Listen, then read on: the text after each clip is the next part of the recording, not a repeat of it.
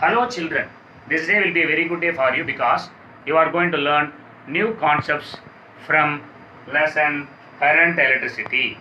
Today's topics are meter bridge, potentiometer, comparison of EMF of two cells with a potentiometer and few more topics also. Let us go to the class now. Today's first topic is meter bridge. The meter bridge is another form of Wheatstone bridge. It consists of a uniform manganese wire AB of 1 meter length. This wire is stretched along a meter scale on wooden board between two copper strips C and D. Children, you have to go through this para along with the diagram. Between these two copper strips, another copper strip E is mounted to enclose two gaps G1 and G2, which is shown in the figure.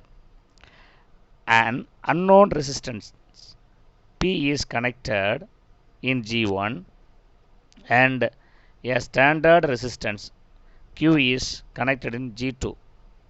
A jockey, that means a conducting wire, is connected to terminal E on the central copper strip through a galvanometer and a high resistance HR. The exact position of jockey on the wire can be read on the scale.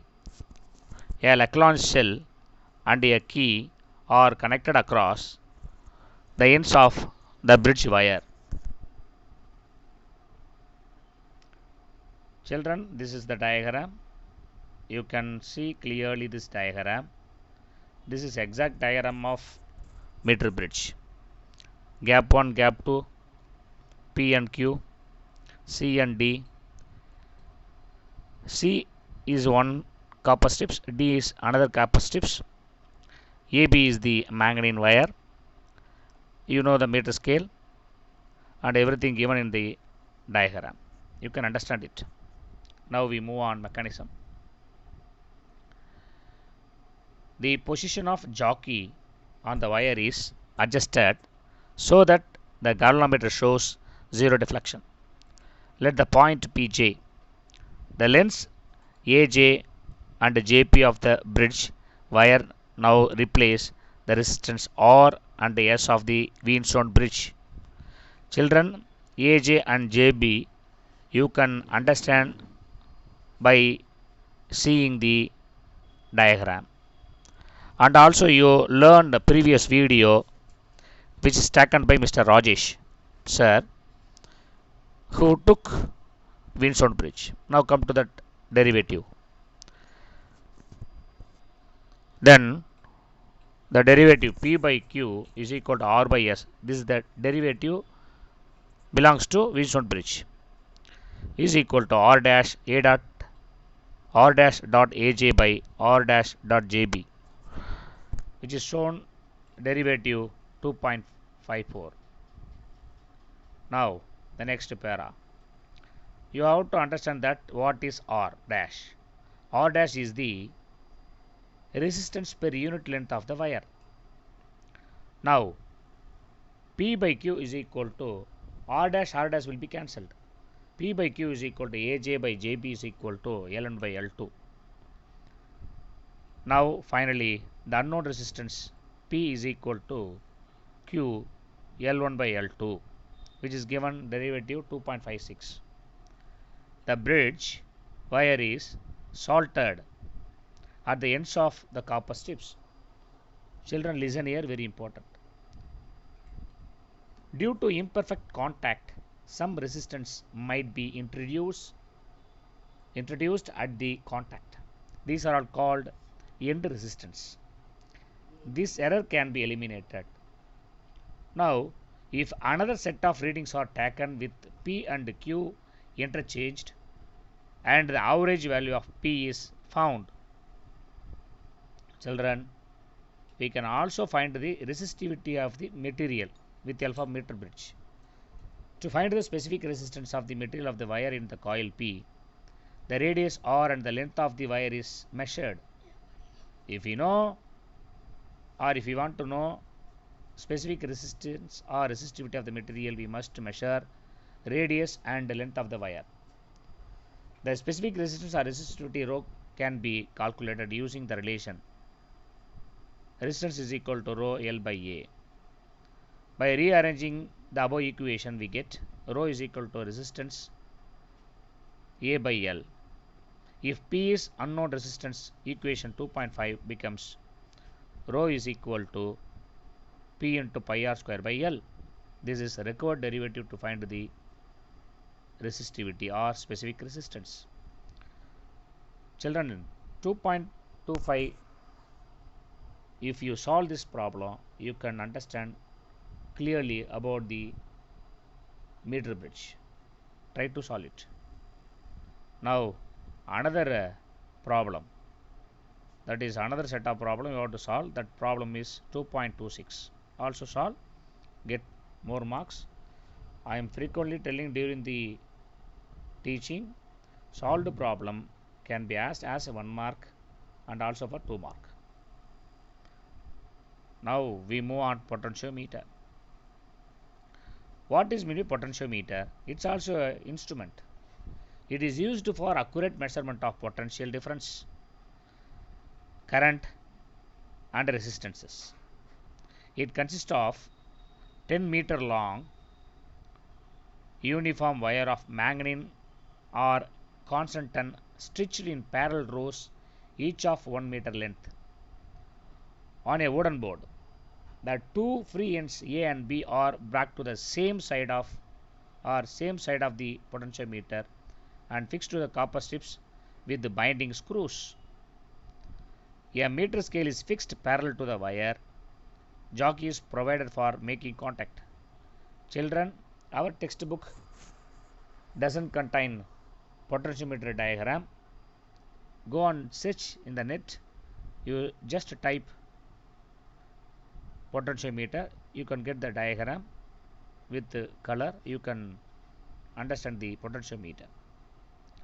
Now we move on the principle. We must understand the principle of potentiometer, for which we need steady current must be maintained across the CD. Here CD means, you know very well, CD means it is the meter bridge wire by a battery. The battery, key and potentiometer wire are connected in series, forms the primary circuit. The positive terminal of a primary cell of EMF is connected to the point C, and the negative terminal is connected to the jockey through a galvanometer G and a high resistance HR. This forms the secondary circuit. Children, see this is the potentiometer circuit diagram.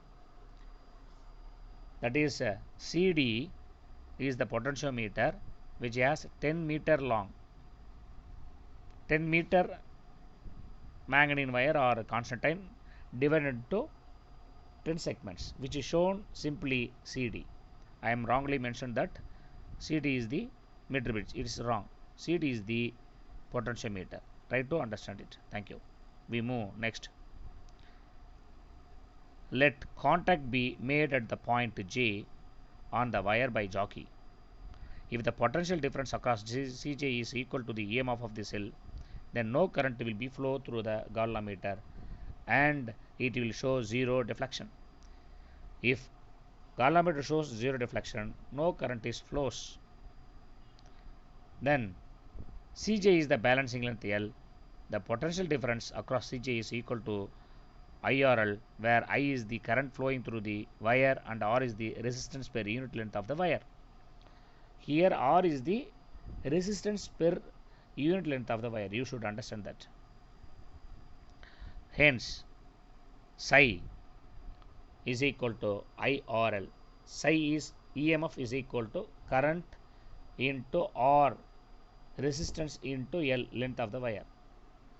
Since I and R constant, now EMF psi is directly proportional to L. the EMF of the cell is directly proportional to the balancing length. This is called principle of potentiometer. Children, student, clearly understand that principle of potentiometer is EMF directly proportional to balancing length. This is the principle of potentiometer. You should understand that. Now we move on. Next topic is comparison of EMF of two cells with a potentiometer. This was practical in previous years, but last year this topic doesn't contain it in the list of practical. But meter bridge is very important practical. You should understand that. Keep in your mind. Now we move on comparison of EMF of two cells with a potentiometer. To compare the EMF of two cells,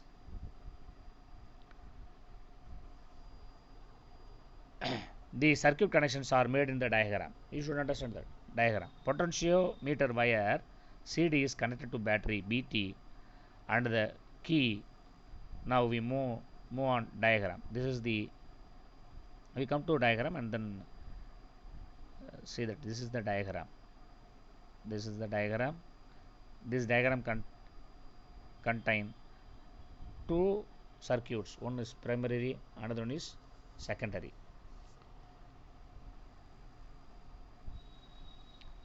This primary circuit, the end C of the wire is connected to the terminal M of the DPDT. Here DPDT means dipole dithrow. We have this instrument in our lab. You can see, or you simply go to the net or Chrome or Google. You just type it dipole dithrow. You can see the picture. And the other terminal N is connected to the jockey through a galvanometer G and a high resistance HR. The cells whose EMF psi1 and psi2 to be compared are connected to the terminals M1, N1 and M2, N2 of the DPDT switch. The positive terminal of BT, psi1 and the psi2 to be connected to the same end C. The DPDT switch is pressed towards M1 and N1 so that the cell psi1 is included in the secondary circuit and the balance length L1 is found by adjusting the jockey for zero deflection. Then the second cell's psi2 is included in the circuit and the balance length L2 is determined. Let R be the resistance per unit length of the potentiometer wire and I be the current flowing through the wire. We know very well the potentiometer principle. Psi1 is equal to IR L1 and psi2 is equal to IR L2. Now we have to compare this derivative. Finally, we will get psi1 by psi2 is equal to L1 by L2. By including a rheostat, variable resistor, rheostat means, in the primary circuit, the experiment can be repeated several times by changing the current flowing through it. Now we completed comparison of EMF of two cells. We move on the important topic, measurement of internal resistance of a cell by potentiometer. Children, it's very important topic, and also problem frequently asked topic. This you should memorize it. This formula you can solve 1 mark problem or 2 mark problem. What is mean by how can we find the internal resistance of a cell by using potentiometer? Let's see. To measure the internal resistance of the cell, the circuit connections are have to give, which is given in the diagram. See, you have to give circuit diagram, primary circuit and secondary circuit. Now the end C of potentiometer wire is connected to the positive terminal of the battery BT and the negative terminal of the battery is connected to the end D through the key K1. This forms primary circuit. The positive terminal of the cell whose internal resistance is to be determined is also connected to the end C of the wire. The negative terminal of the cell is connected to the jockey through a galvanometer and a high resistance. A resistance box R and key K2 are connected across the cell psi with K2 open. We disconnect key 2. The balancing point J is obtained and the balancing length Cj L1 is measured. Since cell is in open circuit itself, its EMF is psi directly proportional to L1.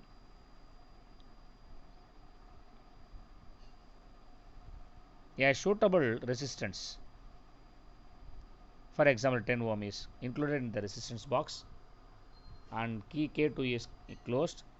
Let R be the internal resistance of the cell. The current passing through the cell under the resistance R is given by I is equal to psi by R plus R. This is simple Ohm's law. Current I is equal to V by R law. Like that, I is equal to psi by R plus R. The potential difference across R is V is equal to psi R by R plus R. When this potential difference is balanced on the potentiometer wire, let L2 be the balancing length. Then psi R by R plus R directly proportional to L2. From the two derivatives, two equations, two derivatives, we'll get very important derivatives. R plus small r by R is equal to L1 by L2. You must understand capital R and small r. Capital R is the resistance connected to the circuit. Small r is the internal resistance of the cell. And he'll get the final derivative R is equal to R into L1 minus L2 by L2. Substituting these values of R, L1 and L2, the internal resistance of the cell is determined. The experiment can be repeated for different values of R. It is found that the internal resistance of the cell is not constant but increases with increase of external resistance connected across its terminals. Heating effect. Heating effect of electric current. When the current flows through a resistor, some of the electrical energy delivered to the resistor is converted into heat energy and is dissipated. This heating effect of current is known as Joule's law of heating effect. Just as current produces thermal energy may also be suitably used to produce an electromotive force. This is known as thermoelectric effect. That means when we pass the current through the conductor which produces thermal energy, that thermal energy converted into current, that means EMF. Joule's law. If current I flows through a conductor across a potential difference V for a time t, the work done or electric potential energy spent is work is equal to VIT. If you want to do work, we need energy. That's why here mentioned potential energy spent. In the absence of any other external effect, this energy is spent in heating the conductor. The amount of heat produced is H is equal to VIT. For resistance, here R because conductor, H is equal to I square RT. Now here substitute the V value, that's all. The relation was experimentally verified by Joule and is known as Joule's law of heating. It states that heat developed in an electrical circuit due to the flow of current varies directly as square root of the current, resistance of the circuit and the time of flow. Solve the 2.27, very important problem, don't forget. Frequently from this topic, frequently important problem asking. Now we move next. Application of Joule's heating effect. Electric heaters. How electric heaters are works? Electric iron, electric toast heater, electric toaster are some of the home appliances we know very well that utilize the heating effect of current. That current change into heat. In these appliances, the heating elements are made of nichrome, an alloy of nickel and chromium. Nichrome. Nichrome has high specific resistance. This is the property, and can be heated to very high temperatures without oxidation. You know very well what is meant by oxidation. Solve the problem 2.28. We move. The next is electric fuses. Very important. Without electric fuse, we can't enjoy these electrical and electronic edges. Very important. Fuse as, which is given the diagram, connected in the series in a circuit to protect the electric devices from the heat developed by the passage of excessive current. Children, listen here. The electric fuses connected in series, that's very important. It's short length of wire made of a low melting point material. It melts and breaks the circuit if current exceeds a certain value. A lead and copper wire melts and burns out when the current increases above 5 ampere and 35 ampere respectively. The only advantage with above fuse is that once fuse wire is burnt due to excessive current, they need to be replaced. Nowadays in houses, circuit breakers, simple trippers, also used to instead of fuses. Advantages. Advanced level, that is called a trippers. If current exceeds, the trippers will be put off. This is the fuse wires you can see. Whenever there is an excessive current produces due to faulty wire connection, the circuit breaker switch opens. After repairing the faulty connection, we can close the circuit breaker switch. This is a circuit breaker.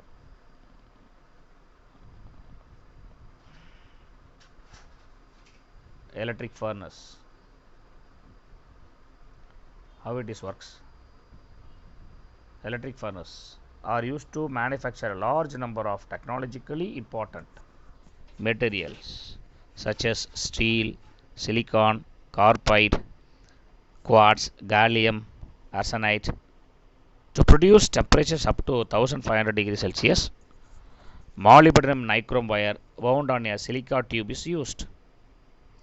This kind of electrical furnace used in the big factories. Carbon arc furnaces produce temperatures up to 3000 degrees Celsius. Then what happened?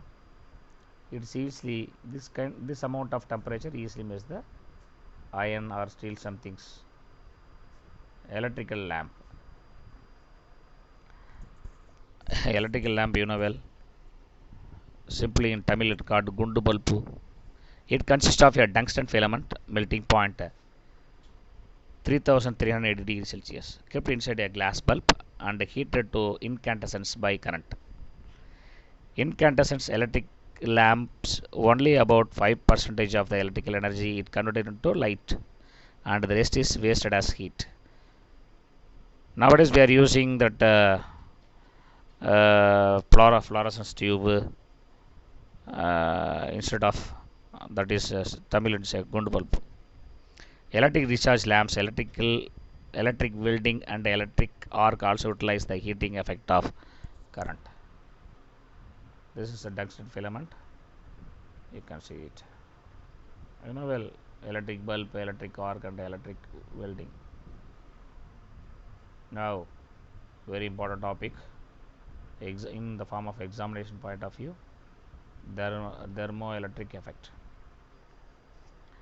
Thermoelectric effect, this is a exam point of view, frequently asking question from this area. Conversion of temperature differences into electrical voltage and vice versa is known as thermoelectric effect. Conversion of temperature differences into electric voltage, vice versa. A thermoelectric device generates voltage when there is a temperature difference on each side. If made temperature difference, what will happen? Voltage will be produced, which is called thermoelectric effect. If voltage is applied, it generates a temperature difference. Current into temperature, temperature into current, the vice versa, thermoelectric effect. Now, more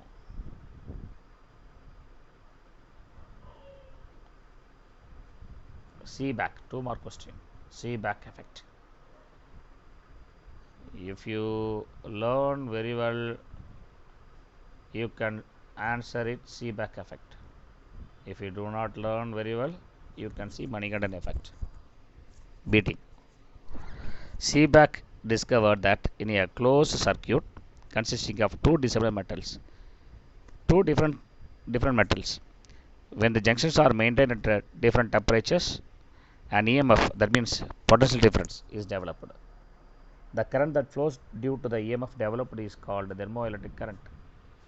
The two dissimilar metals connected to form two junctions known as thermocouple. Two metals, two junctions, two different temperatures, EMF produce, finally current produce. This is called Seebeck effect. This is the diagram. See the diagram? Left hand side ice cube, 0 degrees Celsius.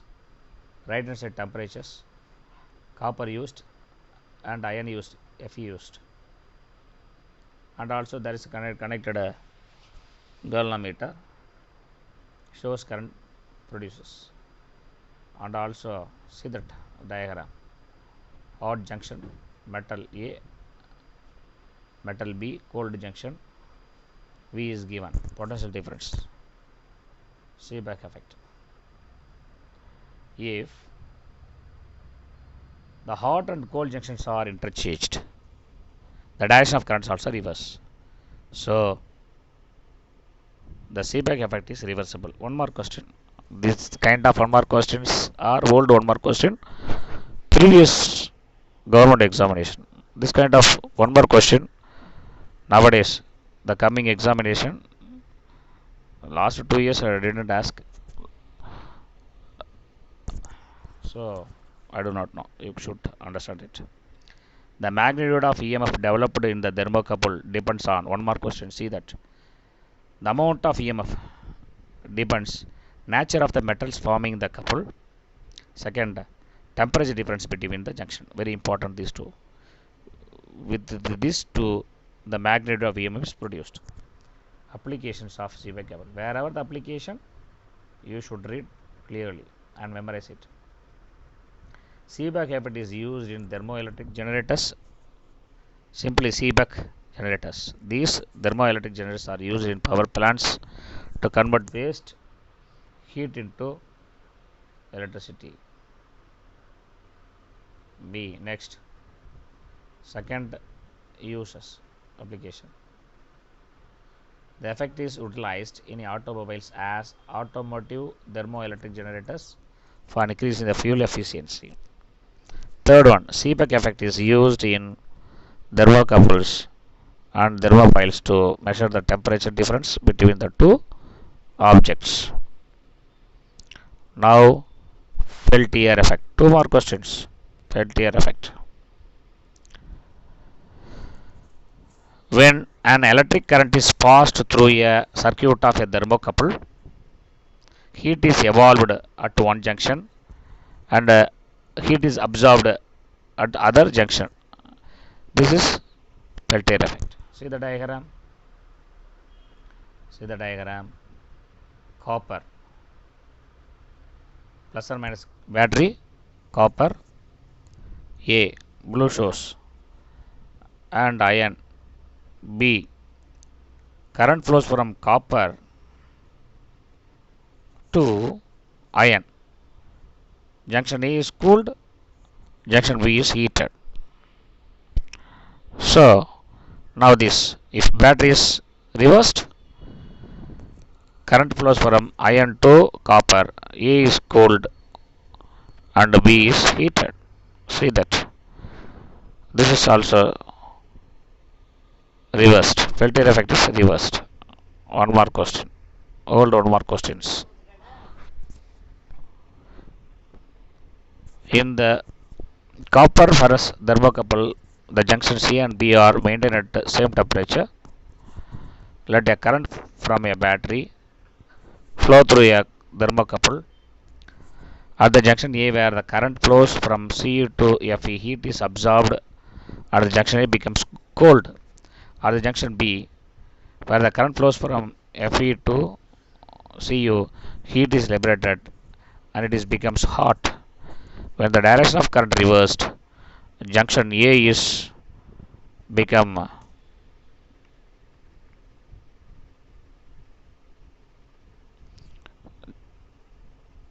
gets heated and the junction B gets cooled. Hence, Peltier effect is reversible. Thomson effect.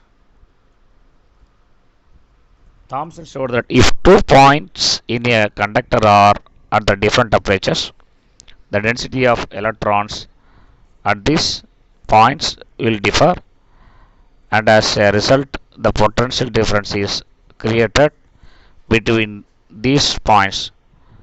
Thomson effect is also reversible. This is the diagram. Children, see the diagram. Student. First diagram. Potential. Heat is absorbed. Heat is evolved.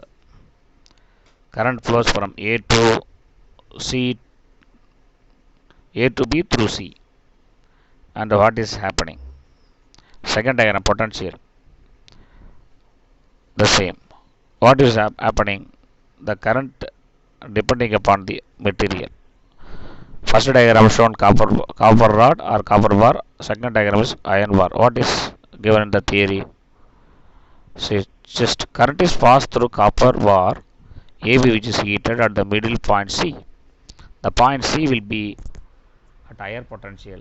This indicates that heat is absorbed along the AC and evolved along CB of the conductor.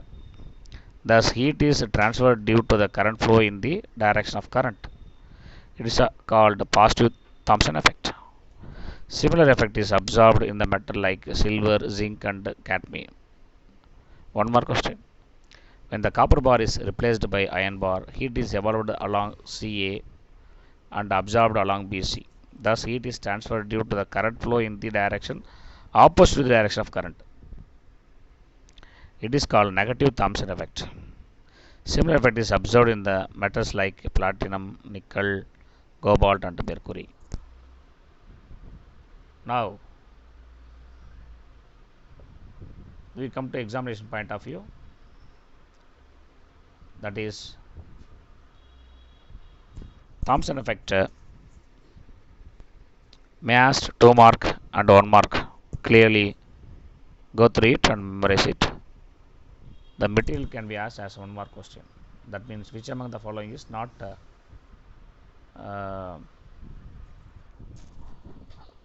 positive Thomson effect, like this question. Thank you, children. Thank you. Go through it. We completed lesson number 2. We summarization is given, summary. Go through it clearly. Thank you.